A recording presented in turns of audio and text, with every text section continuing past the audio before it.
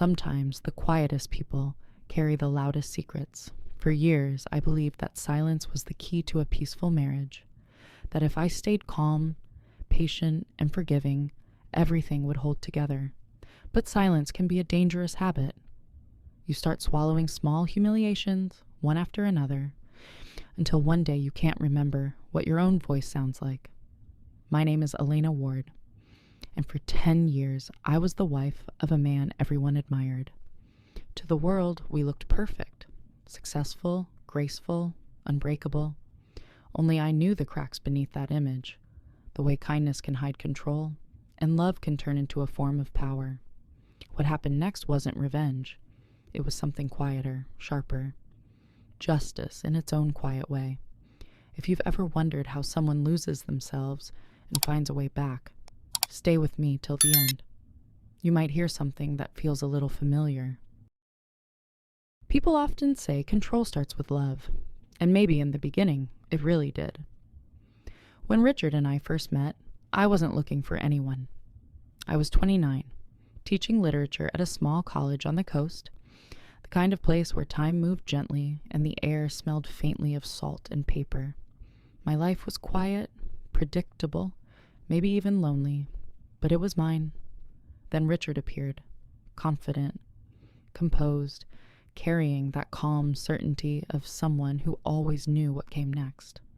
He was older, but not by much, the kind of man whose presence filled a room without ever raising his voice. He noticed things, small, almost invisible things. How I tapped my pen when I was thinking, how I looked away before laughing. He once said, "You always seem like you're listening for something no one else can hear." I didn't know what that meant, but it felt like he'd seen right through me. Our first date wasn't extravagant, just coffee on a rainy afternoon. He asked more than he talked, listened more than he answered. When I spoke, he watched me as if each word carried weight. After years of being the one who understood others, it felt rare to be understood in return. He brought me little gifts. A book, he said, reminded him of me.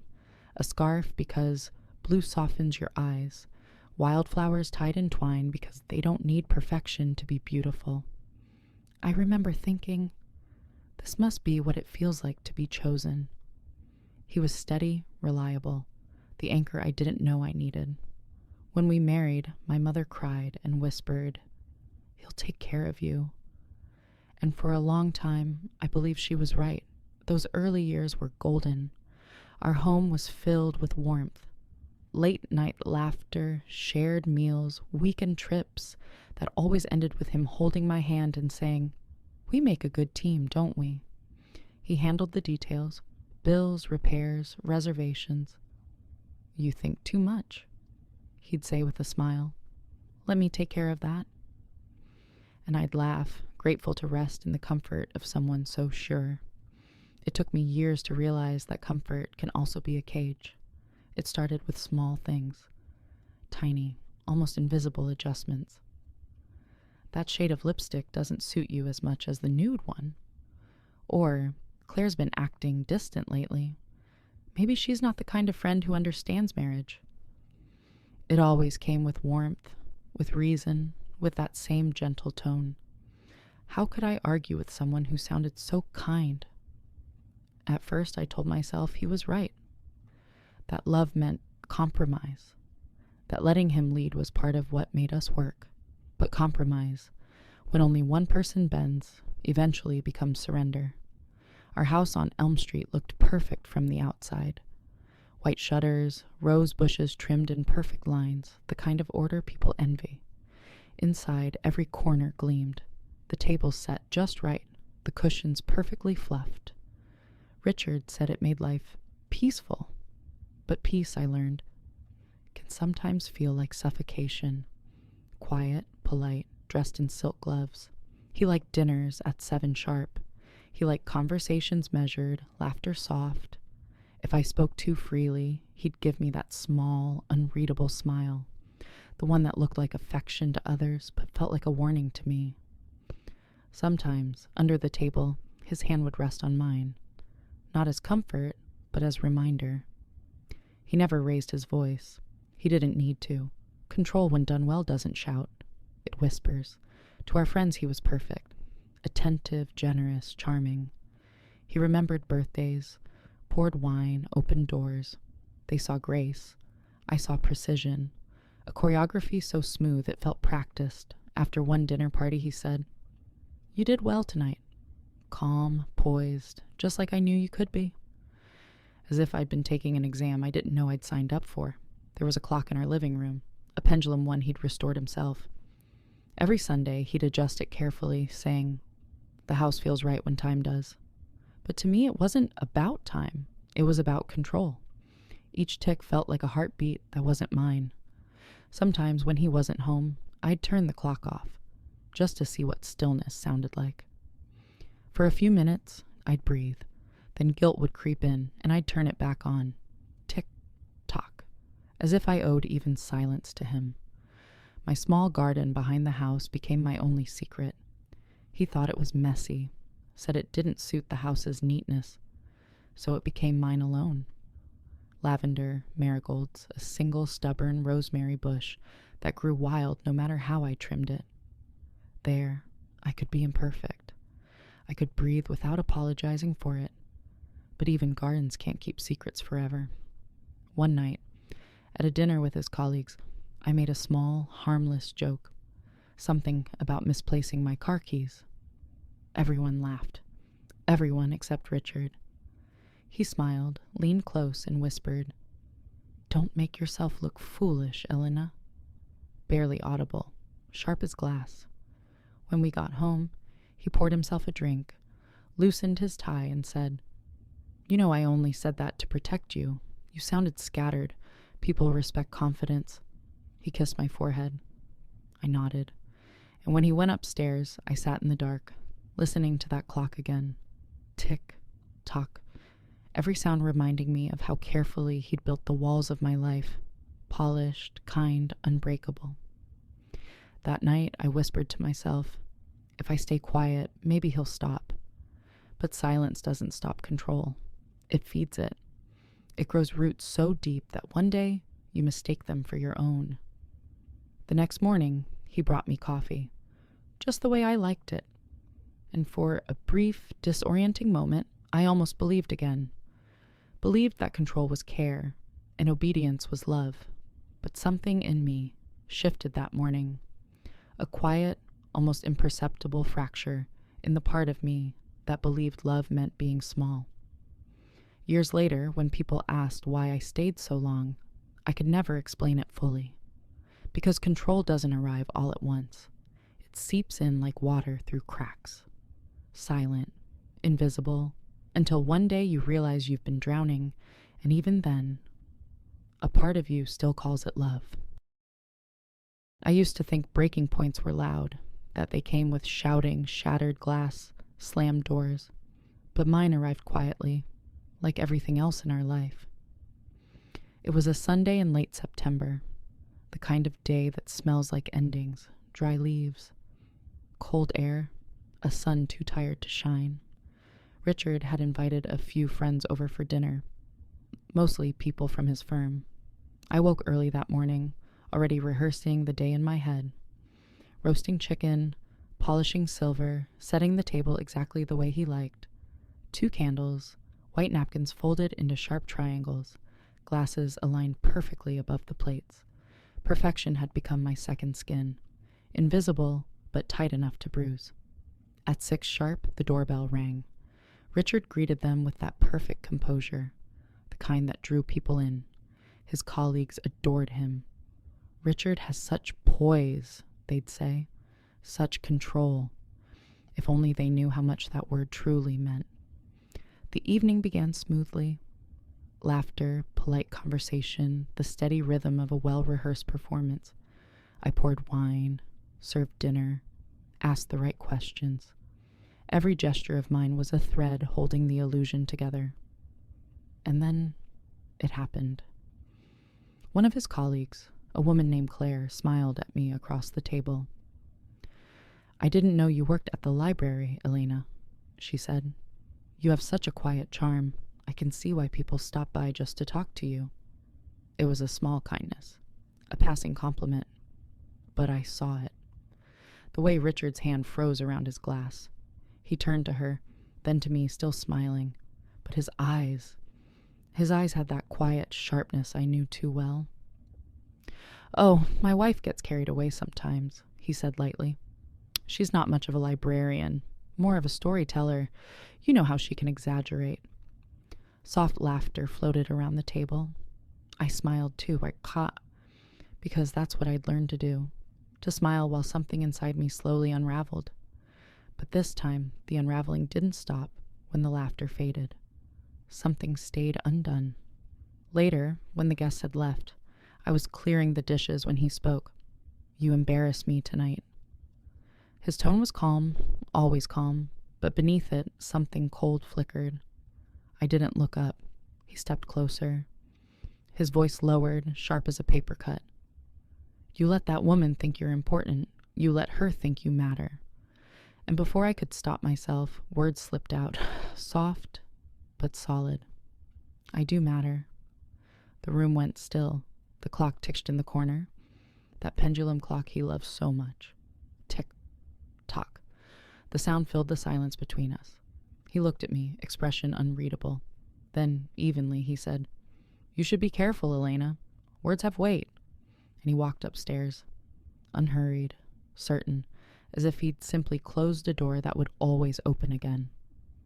I stood there in the kitchen, surrounded by the smell of roasted chicken and burnt wax from the candles. My hands trembled, but I didn't cry. It wasn't fear anymore. It was something heavier. The weight of realization. That night, I sat by the window, watching the garden bend beneath the wind. The marigolds I'd planted were withering, petals curling inward like they were protecting something. Autumn had come too soon, taking color out of everything.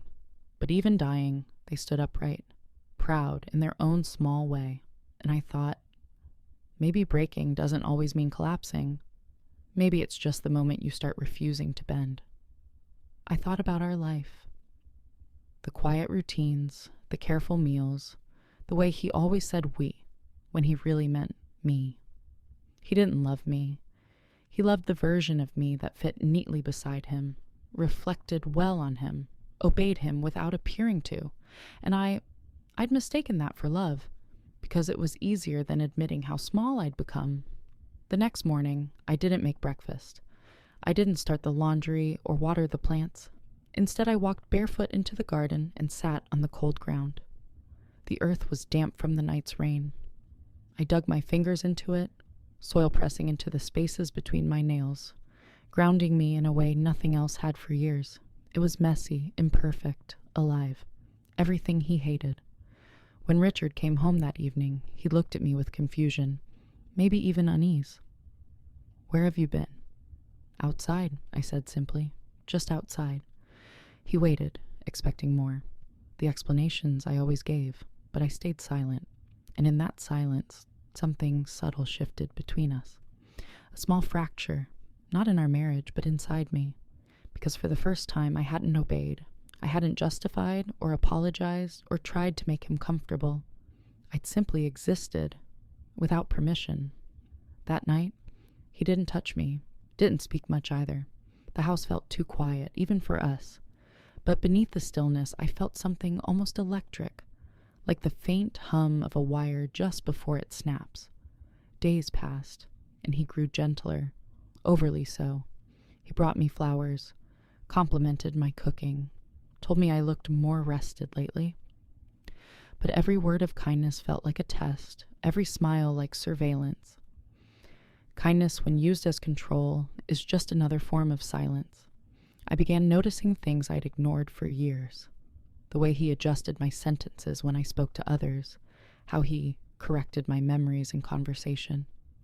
The more I saw, the more I realized how carefully he'd rewritten me, until I could barely recognize the woman in his version of our story. Sometimes I'd catch my reflection in the kitchen window, faint, ghostly, and I'd whisper, "You're still here," just to remind myself I hadn't disappeared completely. One evening, as I was preparing dinner, I turned off the clock in the living room. For the first time, the house stood still, truly still. No tick, no talk, no rhythm, but my own breathing.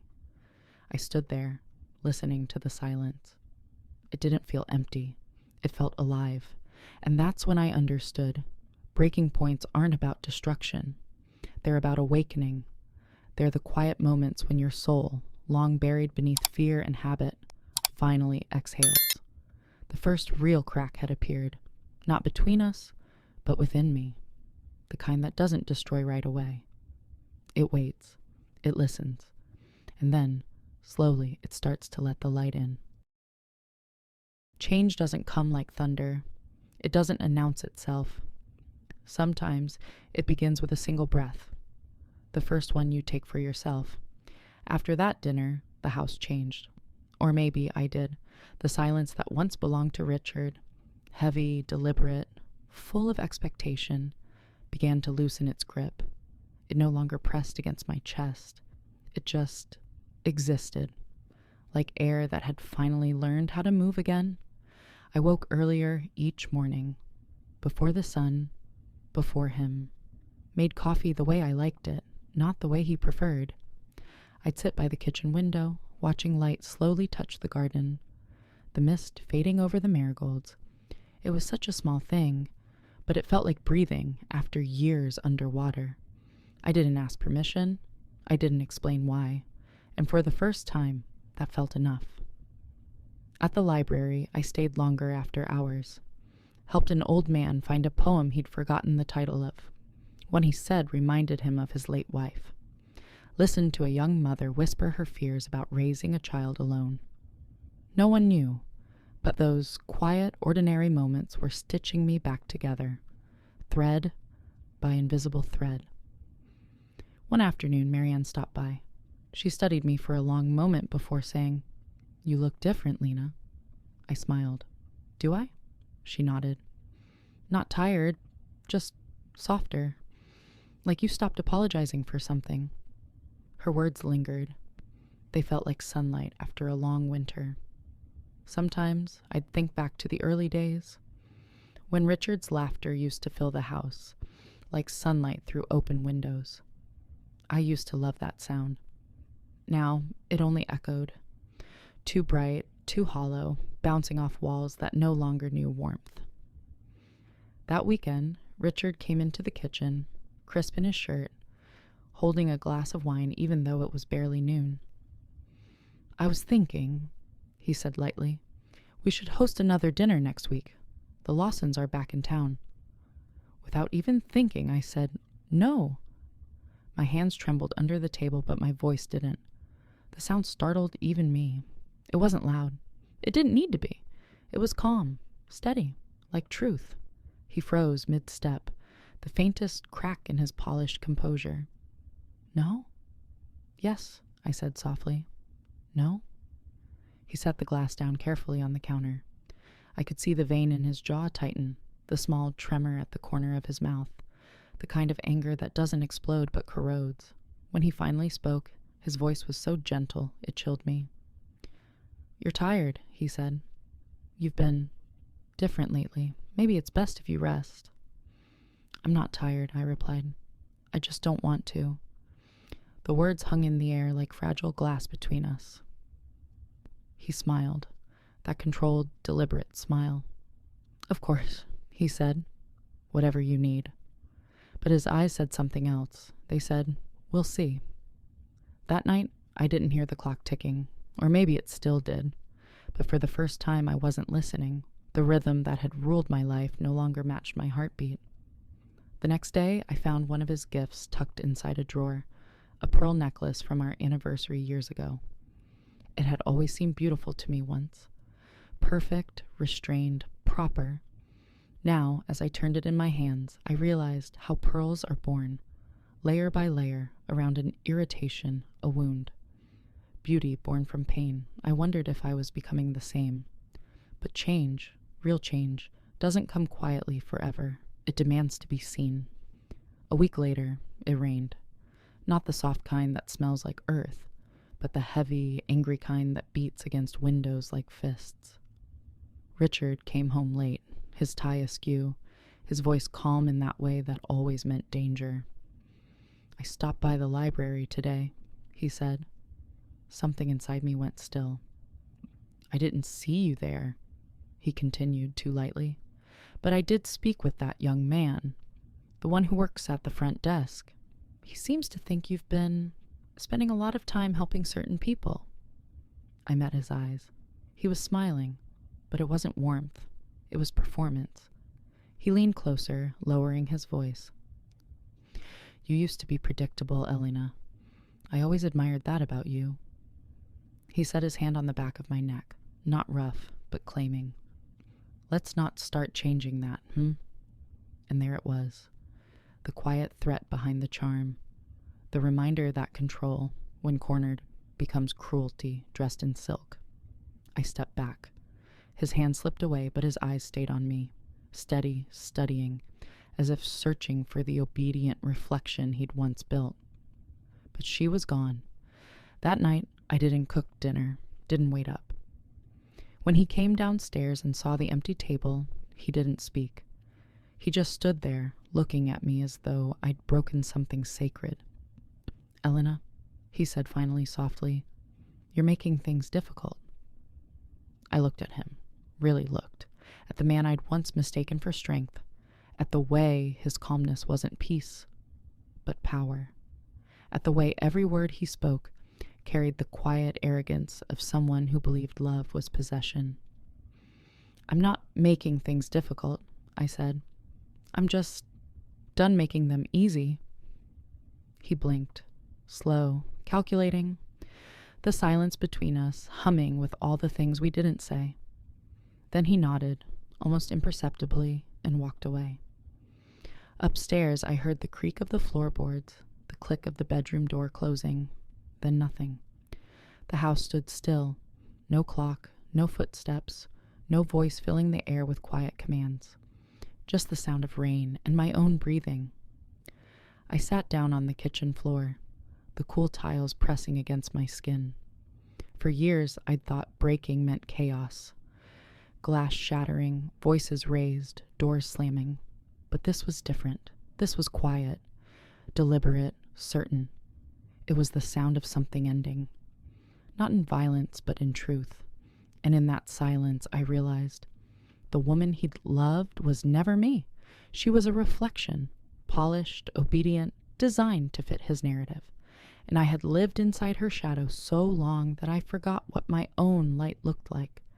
Now, that reflection was gone, shattered finally. And for the first time, I wasn't afraid of the pieces. Because maybe, in breaking, I hadn't fallen apart at all.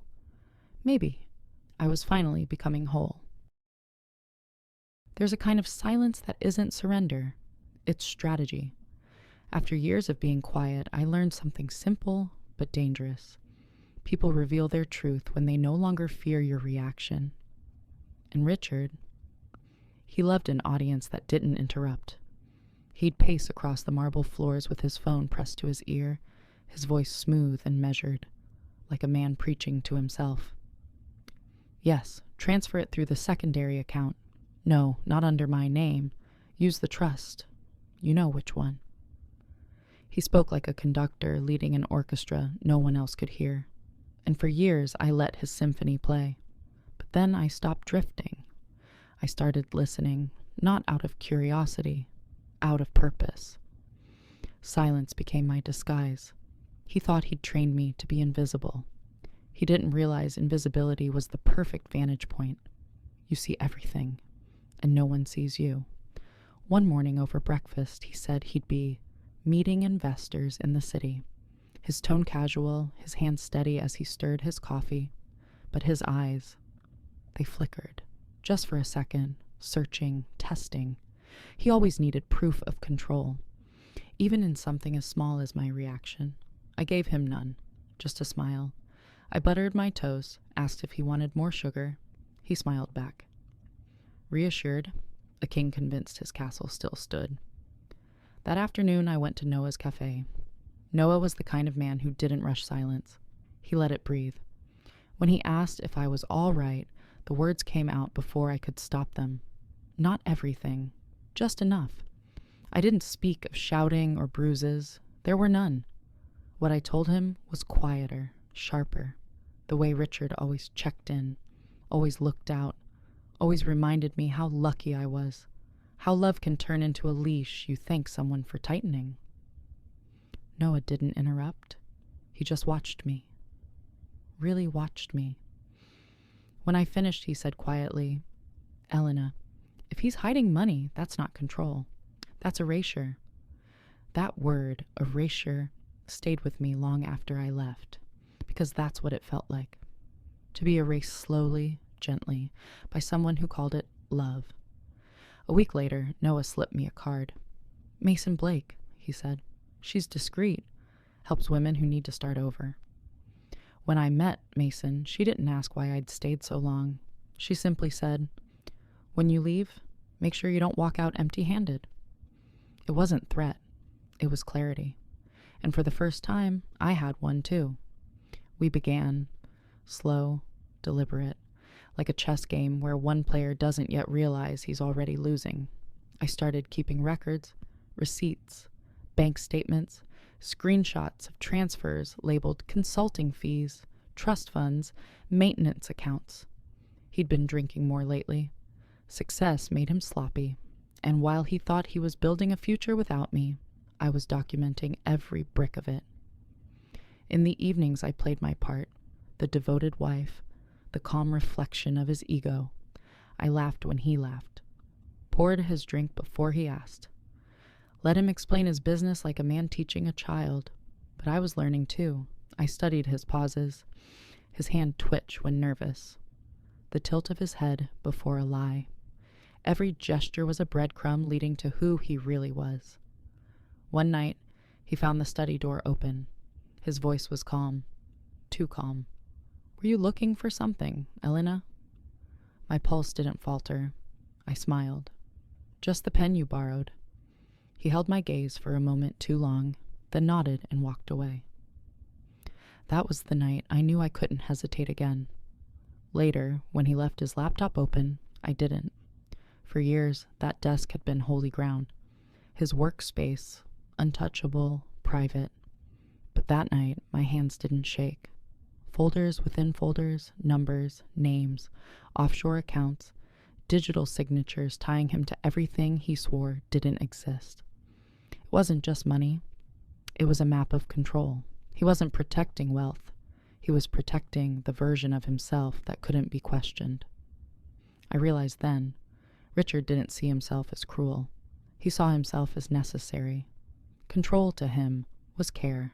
Possession was protection. He once told me, "A good man makes decisions so his wife never has to worry." At the time, I thought it was love. Now, I know it was the blueprint of a cage. I copied everything onto a small drive, hid it behind the lining of my purse, beneath a loose thread he'd always scolded me for never fixing. That imperfection had annoyed him. Now, it was my salvation. When I showed Mason the files, she scrolled in silence. Then she looked up. "Elena," she said softly, "this isn't manipulation anymore. It's fraud." Her words didn't frighten me. They steadied me. That evening, Richard asked if I was all right. Said I'd been quiet lately. I smiled. "Just tired." He kissed my forehead, told me he loved me, and I believed him. Not because it was true, but because it was useful. While he showered, I stood by the window, listening to the rhythm of water hitting tile. It sounded like certainty, the kind that believes it will never be questioned. He thought he could wash his hands clean forever, but water only hides dirt until it dries. Over the next weeks, I perfected the act, mirrored his calm, his tone, even his lies. When he asked what I'd done all day, I said, "Just errands." When he smiled that rehearsed smile, I returned it, softer, slower, deadlier. He thought he'd won again. He didn't realize I was already gone, piece by piece. One evening over dinner, he poured us wine and started talking about a new investment, his voice confident, almost smug, like a man delivering a TED talk about power. I listened. Every word, every number, every lie. Then he slipped, mentioned an account number he'd never spoken aloud. I nodded as if I hadn't noticed, but inside I memorized every digit. He caught me watching him and laughed. "You're not listening, are you?" I tilted my head. "Of course I am. I always listen." He smiled, not knowing how true that was. Later that night, he told me he admired my calmness, that I was the only person who never questioned him. He meant it as praise. I almost laughed, because by then I had questioned everything, and I finally had the answers. People think silence is weakness. They forget. Silence is also a mirror. It makes others fill the void with their own truth, and Richard filled it beautifully. Every word he spoke was a confession wrapped in confidence. As I sat across from him, watching the man who built a kingdom of noise, I realized something that felt almost like peace. He built his power on the illusion of being heard. I built mine on the art of listening. He ruled with control. I ruled with quiet. Every mask has its moment. Mine was almost done. It happened on a Tuesday, the kind of day that pretends to be ordinary, until it isn't. The sky was gray, calm, the kind of gray that feels like it's waiting for something. Richard was in his study, pacing, phone in hand, his voice echoing off the marble floors like a sermon no one asked to hear. Then came the knock. 2 short raps, polite, precise, authority, disguised as courtesy. He opened the door. A woman in a gray suit stood there. Sharp eyes, calm voice. Behind her, a man holding a leather briefcase. "Mr. Ward," she said, showing a badge. "District Attorney's Office. We'd like to ask a few questions regarding your financial disclosures." For a moment, silence, the kind that feels like the air's been pulled out of the room. Then his voice, steady at first, clipped, almost polite. "There must be a misunderstanding." A paper slid across the threshold. "There isn't," she said. From the kitchen, I stirred my tea. I didn't even pretend to drink it this time. I just listened, like I always had. His voice started to rise, the way it did when he felt cornered, but still thought he could talk his way out. He was pacing, his tone slipping between confidence and disbelief, denial and rage. Paper rustled, footsteps, silence again. Then the sound of my name. "Elena." I turned. He was standing in the doorway, face pale, hands trembling around a stack of printed documents. His composure, that careful, expensive thing, was cracking. "What did you do to Rikijijidum?" he demanded. The question wasn't really a question. It was a plea wrapped in anger. I held his gaze. "I listened," I said quietly, "and I learned." For the first time in years, he had no words. Behind him, the 2 investigators waited. "Mr. Ward," the woman said, "we'll need you to come with us." He turned to me as if I could still save him. "Elena, tell them," but his voice broke halfway through the lie. He was escorted out moments later. No shouting, no spectacle, just the soft sound of polished shoes crossing polished floors. The front door closed, and with it, 10 years of noise. The house was finally quiet. 3 weeks later, the trial began. The courtroom smelled of paper and coffee, the scent of long days and consequences. Reporters sat along the back, pens poised like knives. Richard sat across the room, immaculate as always. Custom suit, silk tie, posture perfect.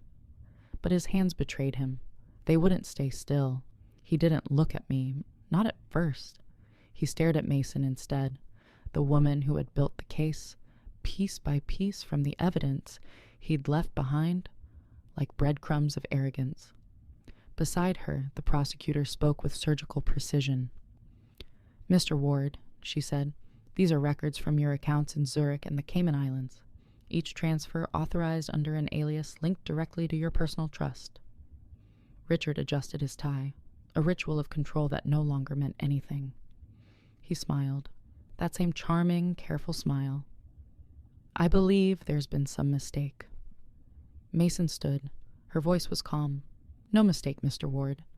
Every document has your digital signature. Every account leads back to you. The silence that followed wasn't empty. It was electric, the kind of silence that hums with recognition. When a mask finally slips. When his lawyer objected, Richard finally looked at me. His eyes searched mine, still trying to find the woman who used to flinch. But she wasn't there. He mouthed my name. Elena. I didn't answer. When I took the stand, the courtroom shifted. He leaned back, pretending not to care. But his jaw tightened when I spoke. I was his wife, I began, my voice steady. I knew his tone when he lied, and I knew when he thought I wasn't listening. He built his control on silence. He thought it made him powerful, but silence can hold more truth than words ever could. The attorney nodded. And how did you obtain these documents, Mrs. Ward? I didn't obtain them, I said softly. I protected them from him. There was a murmur in the room, the kind that swells when people sense justice creeping in. Richard's lawyer whispered something in his ear. He didn't respond. He just kept looking at me like he was seeing a ghost. Mason presented the final document, a copy of the offshore transfer logs. Her voice didn't tremble. This file was found in Mr. Ward's personal device, in a folder titled Legacy. The irony wasn't lost on anyone. When the judge asked if he had anything to say, Richard stood. His voice cracked between rage and charm.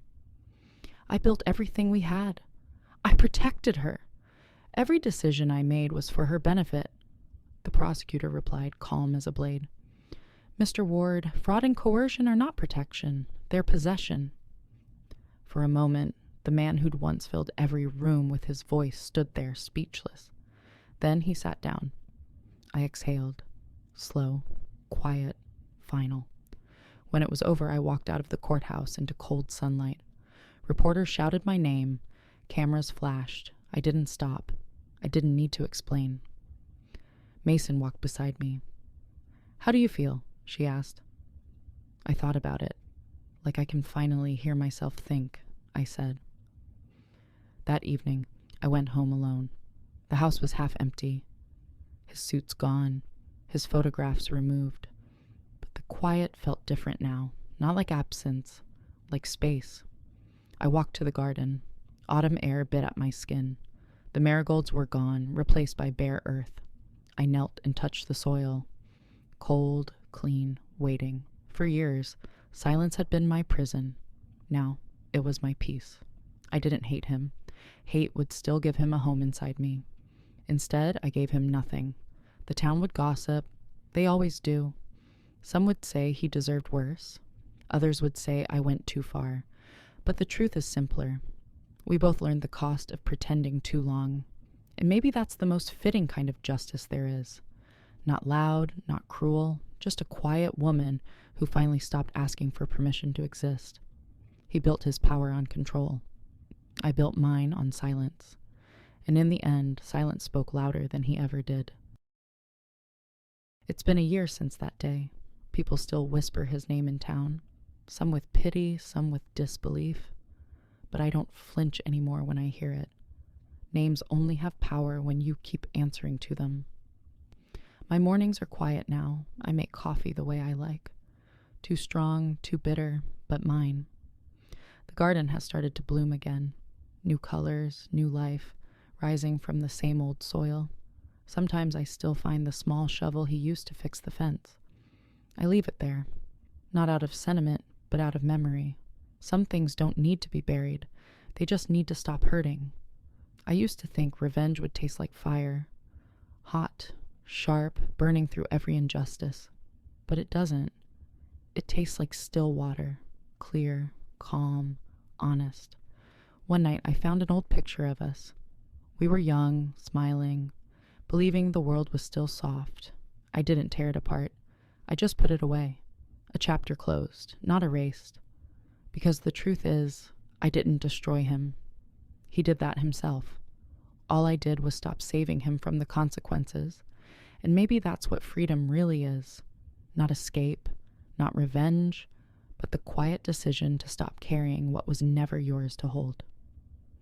So if you've ever loved someone who made you smaller, If you've ever stayed silent just to keep the peace, remember this.